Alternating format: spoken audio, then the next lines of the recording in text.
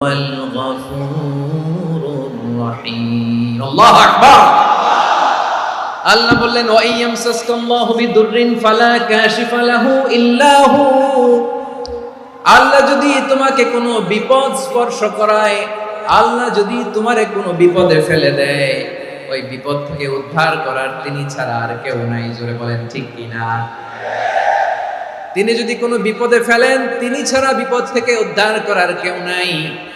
আর তিনি যদি তোমার প্রতি কোনো অনুগ্রহ করতে চান, ওই অনুগ্রহ ঠেকিয়ে দেওয়ার ক্ষমতাও কারো নাই। আল্লাহ যদি আপনার সফলতা দিতে চায়, পৃথিবীর কোন শক্তি ওই সফলতাকে থামাতে পারে? এজন্য আল্লাহ বললেন, খবরদার, চিন্তা রাখিদা খালিস করে নাও। ওয়া ইয়ামসাসকাল্লাহু বিদুররিন ফালা কাশিফা লাহু ইল্লা হু। আল্লাহ বিপদে ফেললে বিপদ থেকে উদ্ধার করার কেউ থাকে না।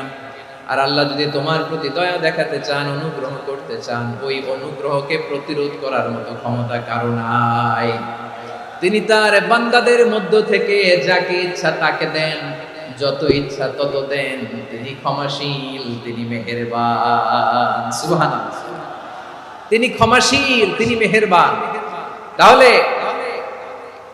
এই আয়াত থেকে আমরা বুঝতে পারলাম, আমরা যদি বিপদে পড়ি, আমাদেরকে কেউ বাঁচাতে পারে না।